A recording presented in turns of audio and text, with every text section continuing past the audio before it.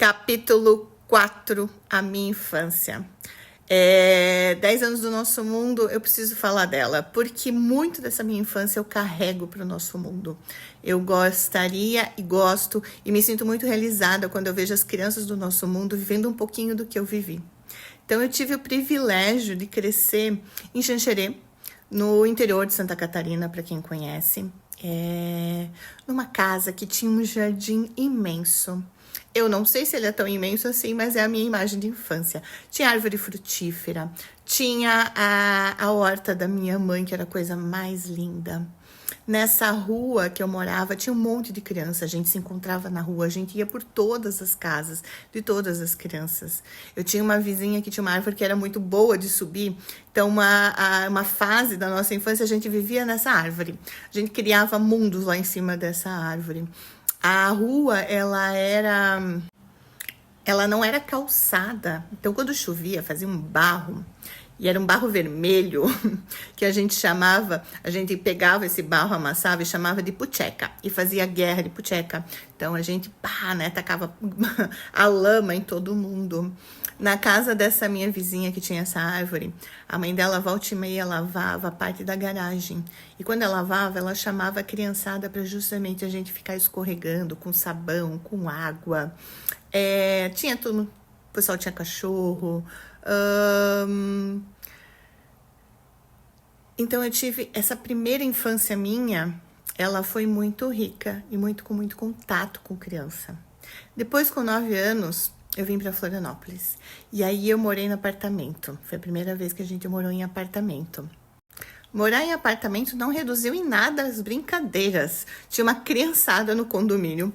A gente se reunia no playground. A gente jogava taco. A gente pegava, a rua inclinada. Meus pais moram nessa rua até hoje. Então a gente descia de skate, de bicicleta, de patins. A gente usava os canteiros do nosso prédio, para fazer a casa das Barbies.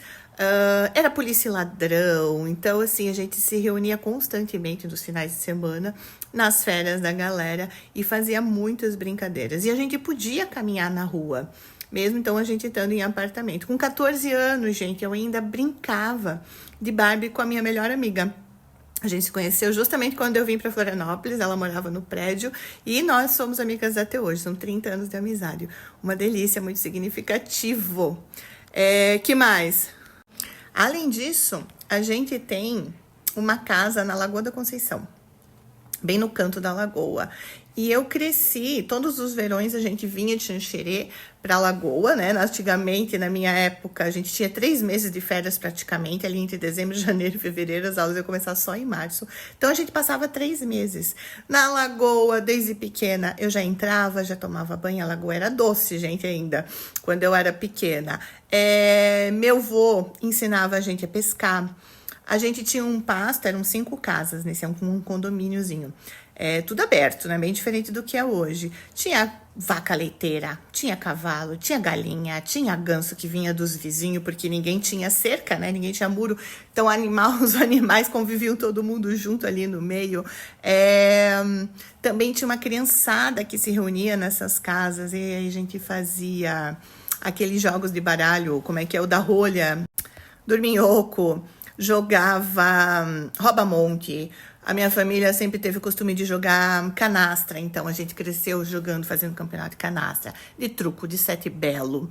Meu avô adorava jogar sete belo. Então a criançada fazia a maior festa. A gente tinha muito jogo de tabuleiro, tanto na minha família quanto esses vizinhos da lagoa. Então eu cresci jogando detetive, o War, jogo da vida, leilão de artes, banco imobiliário. Outra coisa que eu cresci, meus pais sempre foram muito de música, sempre tiveram muito LP disco, que a gente tem a coleção toda ainda lá na Lagoa, sei lá quantos discos LPs que a gente tem. Cresci escutando música com os meus pais, tinha os nossos de infância, como tinha música clássica, como tinha MPB, como tinha de tudo.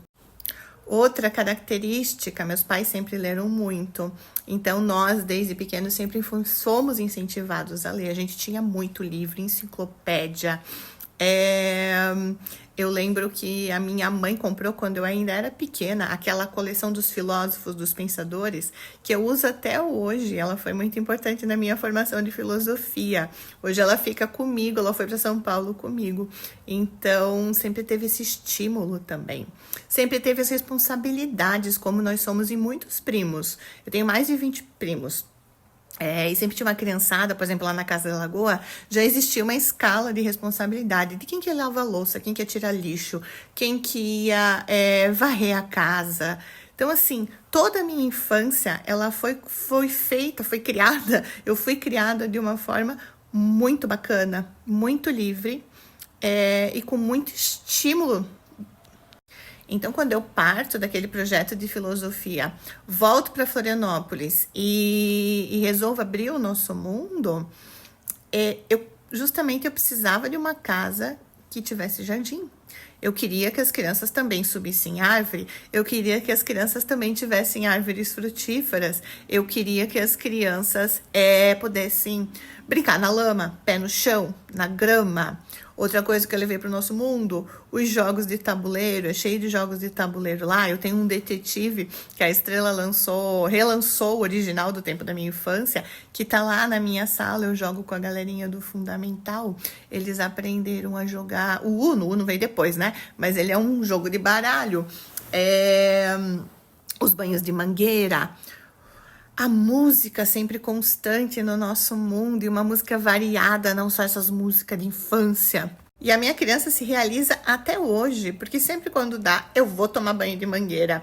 Sempre quando possível, eu vou lá e me sujo junto com eles. Eu piso no chão até hoje, a gente trabalha no verão de pé descalço, a maioria de nós. As noites do pijama eu me divirto pra caramba, é um dos eventos que eu mais gosto de fazer. Quando a gente acende uma fogueira, eu adoro. Quando a gente faz uma comida coletiva. Até quando a gente tá limpando, né? Aquele momento de limpar com as crianças as mesas, varrer, passar uns panos nos móveis, enfim. Então, uma parte minha continua vivendo a minha própria infância. E isso é muito gostoso. Tem até uma curiosidade. Quando eu estava na reforma, eu adoro luz negra. Eu acho fascinante. Então, eu fiz questão de colocar em 2 salas luz negra. Porque a minha criança queria uma luz negra. Queria que as crianças também tivessem experiências com luz negra. E é isso, eu não consigo imaginar o nosso mundo num lugar sem jardim, num lugar sem árvore, sem as crianças poder pisar na areia, na grama. Eu não consigo imaginar a proposta pedagógica do nosso mundo sem essa liberdade. Essa infância de rua, dentro dos muros do nosso mundo, sim, mas quando a gente sai também faz parte disso. Quando a gente leva as crianças pequenas pelo bairro, quando a gente leva os do fundamental para o Vivenda Polis, tudo isso é meu olhar, que tem, assim, de uma infância que eu vivi que é muito rica, que eu faço questão de fazer com que as crianças vivam também isso. Então, é isso. Uma parte do projeto político-pedagógico do nosso mundo é de experiência da minha infância. E eu sou muito grata por essa infância que eu tive. Vou deixar o convite aqui, quem se sentir confortável, compartilhe um pouquinho da sua infância. Compartilha pelo direct, ou aqui na caixinha, enfim, que eu vou colocar, que eu vou compartilhando no Stories do Nosso Mundo amanhã. Me conta uma memória, um jogo que você gostava, uma brincadeira, enfim. Vamos reviver um pouco dessas infâncias tão ricas e trazer um pouco para as nossas crianças, para os nossos filhos, para os nossos alunos, né? A gente perdeu muito, eu acho, desse tempo de infância. E eu sou muito realizada, muito feliz e muito grata por eu ter vivido a minha infância até os 14, 15 anos. Boa noite, gente. Até o próximo capítulo.